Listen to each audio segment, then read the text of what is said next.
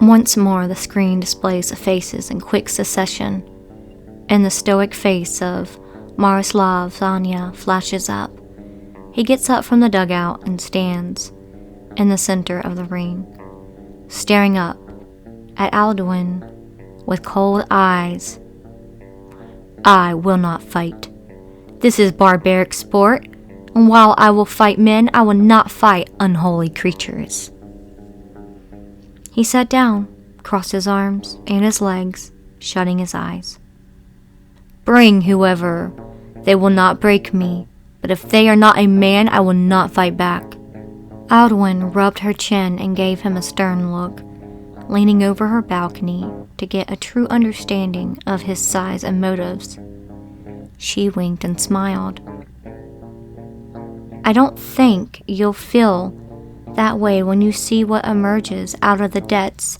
Trust me.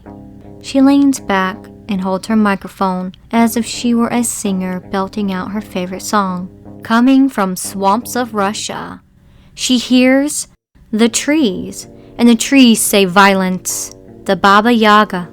At the mere mention of this name, Zanya's eyes open and fixate on the elevator across the hall.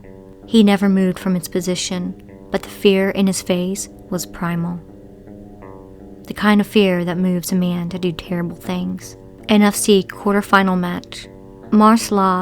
Zanya versus the Baba Yaga. Ancient, thick hands clasp either side of the doors and force them open, grabbing the sides of the doorway and pulling the head of the great old hag through. She was blind, her nose riddled with boils and pustules, the bones crackling as she pulls her wrinkled frame into view. Her pot-bellied stomach is bare and withering, her lower extremities covered with a moldy cloth that extends around her waist. A large burlap sack being dragged behind her, attached to her leg with a thick rope.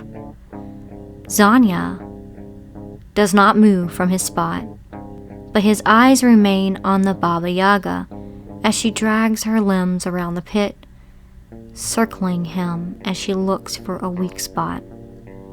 Our quarterfinals roll on with the Sambo specialist taking on what is possibly the most well-known Slavic folklore beast. What do you expect? We'll see in a tournament already rife with surprise nil. Honestly, if Zanya doesn't get off his ass and accept the situation, he's going to be ripped to shreds, regardless of how well strong he is. Nil sighed and flicked through the book, shaking her head. Men are ridiculous. As the Baba Yaga drew nearer, she stopped and smiled. Yellow, ogress teeth with visible from underneath the crooked nose as she pulled open the burlap sack, and a child's voice screamed out, Mama! Papa! Someone help me! Before she closed it and looked at Zanya, laughing as his expression broke from stoicism to blind terror. Marashka, he breathes. My daughter. He stood up to prep himself for an attack, but the Baba Yaga shook her head and wagged her finger. You must know what we know. Feel what we feel. Isolation, suffering, grief. Her voice croaked out like the trees in the winds before she clasped both hands on the bag and with great force sent it flying into the canvas with a sickening splat. I dry heaved and even Neil looked away horrified. That's what she does. To those who cross her, Neil whispered, she punishes them. A tearful scream of Zanya rings out for just a moment before his head falls back and his will is broken.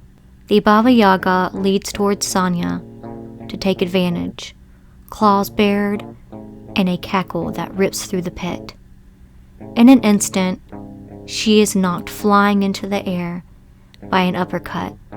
Her body soars and lands in a heap, her nose completely broken and gushing like a faucet.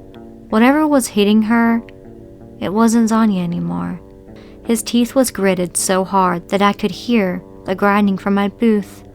Eyes locked in a death stare and veins bulging from his neck. He did not allow her time to recover. He ran forward and using his forward momentum wrapped his arms around her waist and flipped her body backward into a horrifying snap German suplex, sending her head and shoulders crushing into the mat and bouncing until she laid on her back. Calm, calculated, and malicious Zanya walked forward with the bag in hand, still wet with blood, and placed both of her feet far apart, his posture low as he pulled it over his head and down onto her stomach with gruesome results.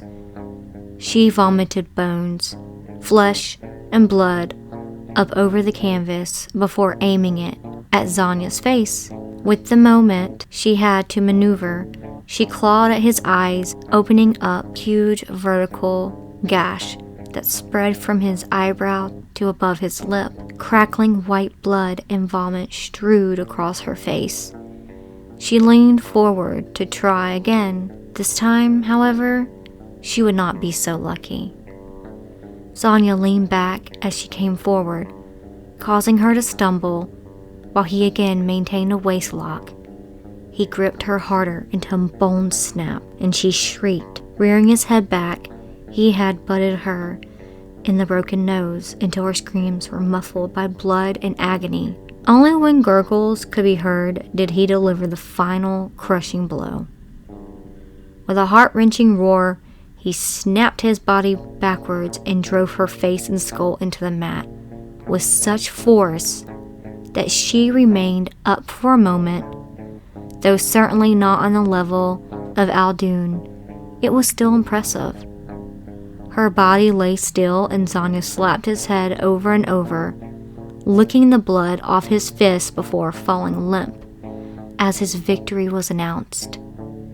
Confused and looking over at the crumbled form, eyes cast to the now open burlap sack and to the shock of us all, did not spot any children inside, just a bag of leaves and some dead rabbits. Aldwin applauded the Jajastani as he went back to his seat looking over something on her phone before casting her attention to the last two competitors of the quarterfinals. Now I realize I have an odd number of competitors remaining, and it dawned on me during the opening ceremony that one of them is fighting for the wrong side. Roll the footing, Watson. She leaned over the balcony and bit her lip, grinning. It was a moment Stefano Giustiano had attempted to accost Wendy. She ripped him in half in an instant, with elongated fingers pulled down her mask to stretch out her mouth and lap up the viscera before going back to lay down against the wall. I knew they called you Wendigo Wendy, but I didn't think you actually were one, she laughed, replaying the moment over and over. But this means you're not eligible to compete in this tourney. At least, not on this side. Wendy stood up and walked to the pit to confront Aldwin, still showing virtually no enthusiasm and borderline tiredness. What can I say? You took me. I was kinda in the middle of something with my friends, you know. We got our own shit to deal with, and it's a lot weirder than this. So if you don't want me, how about you send me back? Aldwin beamed down at her and laughed. If she wasn't the NFC champ and a destroyer of wills, I'd find her endearing. Oh, honey, we took you, yes, but we always ensure they who take as a reason to fight. Otherwise, nobody would ever properly compete, and it'd be a boring fucking bloodbath. That's how it used to be. Motivation is the key to anything in life. And while you may not be here completely willing, doesn't it strike you as odd that every competitor so far has just gone along with it? They all had a wish, so do you. Wendy's eyes flicker for a moment before returning to their half-open state. Well, you're in luck. While you're just about to be disqualified from this tourney, there'll be another you're entering. The Wild Card Invitational. I'll provide details shortly. For now, be a good girl and rest." Wendy scoffed and stretched her arms out as she walked back. "Just remember, you may be able to rip me to shreds, but only one of us can keep coming back, and I am one persistent bitch." Alduin smiled, and her eye narrowed as she cracked her knuckles. "I'm counting on it, kid." So the tournament semifinals were almost set. Eustace, Decolata, Miroslav, Zanya, and Rex Chug had all beaten their respective creatures of the night and proceeded on. All that remained was Nora and Zane. As she walked to the pit for her fight, I felt faint. I couldn't, for the life of me, explain it, but something about her immediately lost my focus, like seeing an old photograph for the first time in 10 years, or smell a BBQ on the first hot summer's day. It was intoxicating. Flashes of emotions and places I'd never been hit me like a freight train. "Hey Sal, you good? You're sweating a lot and I don't want the nastiness on my book." Neil peered over at me, taking my temperature. "Jesus, you're not well. Want me to take over?" No, I'm fine. I'll be fine. Motormouth has gone through worse than this, let me tell ya." I feigned confidence, but my mind was burning. "I ever tell you the time I caught a monkey knife fight while I had the flu?" "You did not, but that sounds horrifying and disgusting on several different levels, Sal. And we're watching literal monsters tear people to shreds, so that's saying something. If it helps, it was 2 men in monkey suits with machetes, and the flu wasn't the flu. It was seafood poisoning. I puked all over my Hawaiian shirt. The monkey suits and one of the guys slipped right as his opponent was cutting him. Was not a fun sight." Neil stared at me incredulously before laughing and patting my shoulder. "I guess you're full of surprises, Sal. I wonder what other things a guy recently released from a psych ward could tell us. Catch me in the interval. We will share war stories. I'm sure you've got plenty, right?" I quipped, taking a drink of water and trying to calm myself as the lights dimmed. "Oh, so many. When this is over, we'll go to the bar from here, in between spaces, and filled with the best drinks you can imagine. It'll be on the house." The screen dinged and Alduin leapt from her place above to greet Nora, but something in her gait seemed different, more determined than ever. They looked almost personal to the champion. 4 long fucking years, and you made your wish. Was it worth it?" Nora spoke for the first time, and her oddly soothing voice was dipped in a calm anger. "Was it worth taking away everything I ever had?" Alduin unstrapped the title from her waist and held it up as she leered over Nora, her towering frame eclipsing the light above her as she pressed it against Nora's face. "More than anything you could imagine. I'm so glad you were ready this time, that they let you out of the crazy house to compete. I take it you've used your time well, because what we have planned for you is custom fit to your personality." Nora shoved the belt out of her face and jumped to deliver a crushing knee to the champ's face. She staggered back and fell to a knee, which Nora took as an opportunity to scale up on and drive her elbow down on the base of her skull, stopping just short of striking as Alduin looked up with a mixture of anger, shock, and glee. "I like to think so, but I know you, and I know this fucking tournament doesn't care about practice. We're made better through blood and suffering, and I am no different." She leaps off and lands with grace as the crowd cheers, hers and Alduin's name. "We're destined to do this dance forever, one way or another." "Oh, I couldn't agree more, but you've got a long way to go yet," she grinned, wiping her nose, and her eyes flashed with a brilliance that betrayed the malicious energy she exuded. The elevator doors opened as if cue, and Alduin grabbed the mic. Ladies and gentlemen, the final quarterfinal match of the NFC Openweight tourney is underway. Already standing in front of us is the ever-sent and absolute badass Nora fucking Zane. Her opponent, a creature that only fights with God, is asleep and is ready to rip her to pieces, the Daywalker. The ghoul of the Filipino mountains, the Manigal. The door is open, and a black-haired woman emerges, crawling on her arms as organs openly trail behind her. Jutting out of her back are a pair of thick black wings, the ends soft and the perch like additional limbs, as she expediently crawls out along the side of the wall, her greasy black hair hiding her face. Nora stood her ground, but even from where I sat, it was obvious that this was symbolic of something. She turned to Alduin, who was already walking away, and spat on the floor. "You just can't resist getting a fucking insult in, can you?" she hissed, primed to strike at any moment. But Alduin simply laughed and gave her the middle finger as she leapt back up on her perch. "Focus on them, not me, champ." NFC quarterfinal match. Nora Zane versus the Manigal. Nora blinked and turned as the lower torso kicked her in the stomach with a mule kick, followed by a roadhouse to her neck and a hook kick to her temple, sending her crashing to the ground in a heap as the crowd jeered. My God, what a flurry from the legs of this creature!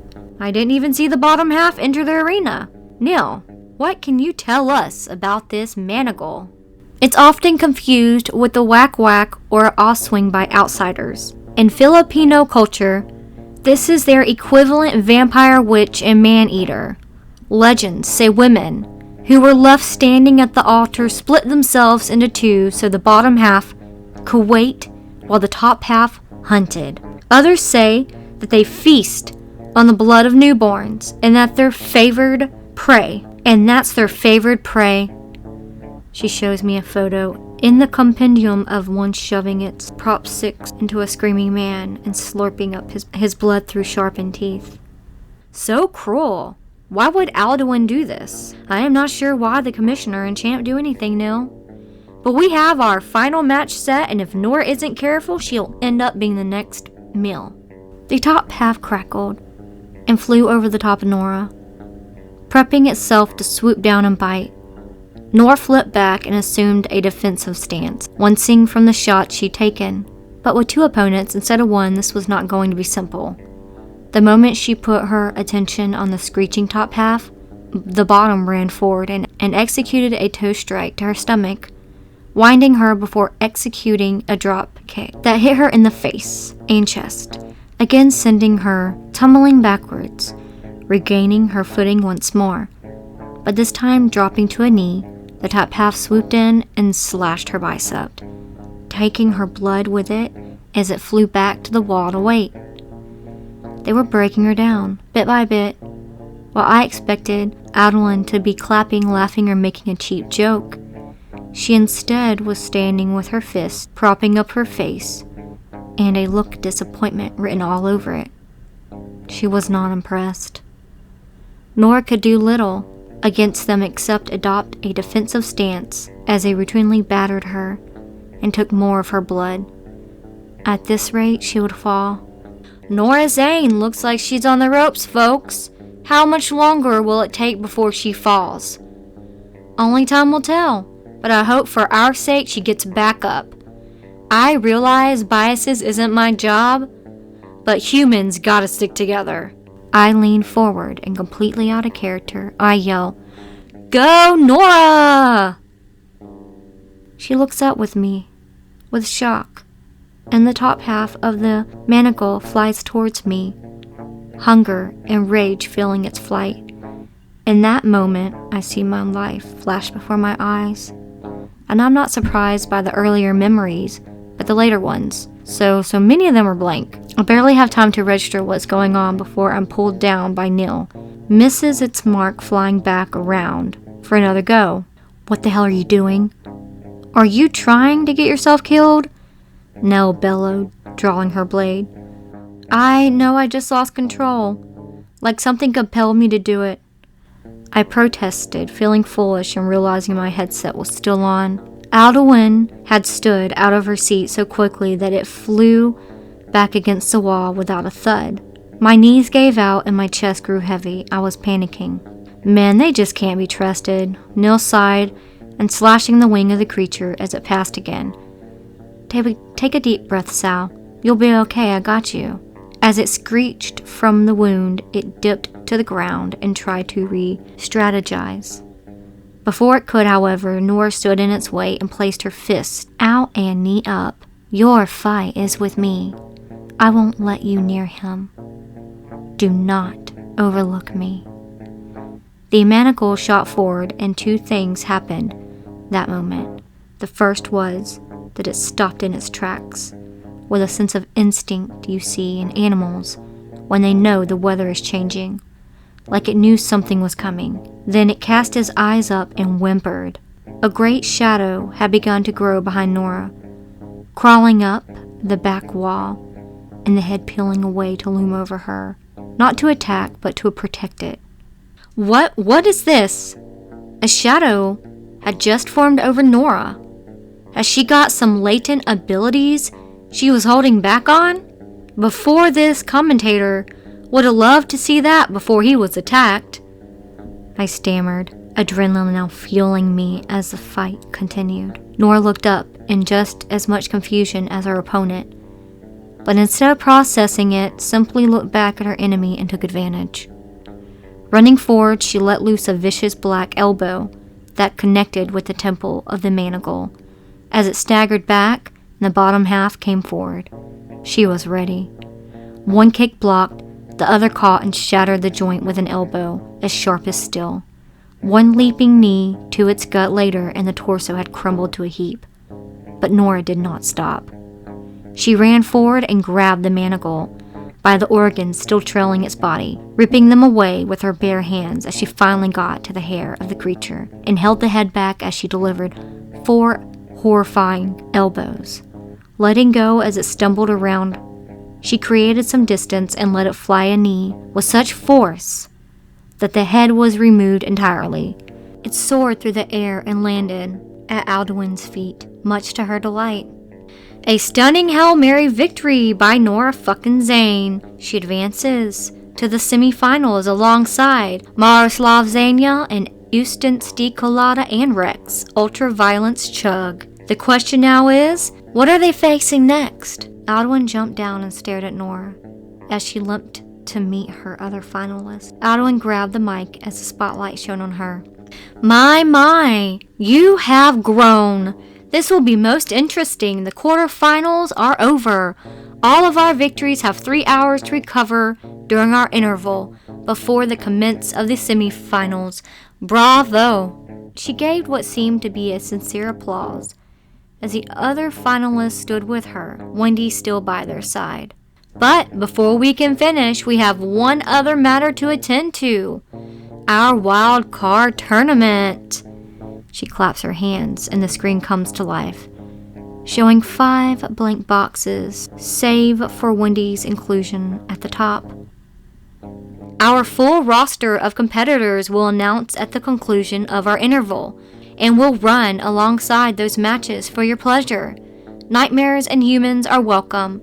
The winner will be inserted into the finals to make it a triple threat for supremacy, and the right to challenge me for the NFC Overweight title. She bows as the cheers of the NFC rain down before looking over at Wendy. But for now, since she clearly held back in the opening round, we'll have a match between the dark horse herself, hailing from the hotel in Nertia, Wendigo Wendy Hathel, and someone who has just been dying to get in front of the audience. He's originally from a hit channel called Beneath the Static that I'm told as a die-hard audience. Ladies and gentlemen, turn your cameras on and please welcome J.J. Watson. From the other elevator, J.J. Watson emerges. His legs emerge first, his torso bent backwards and stretching out farther than its feasible should. His knees are bent at odd angles, like they were stretched onto the wrong body. He snapped his torso up with a swift motion. His eyes, his face looking directly forward at the stunned Wendy. The perfect bronze skin, smooth black hair, parted to one side with not a single lock out of place. Shimmering white teeth like great pillars, and big blue eyes, pupils dilated and staring without focus. JJ is ready to show you what lurks beneath the static Wendy.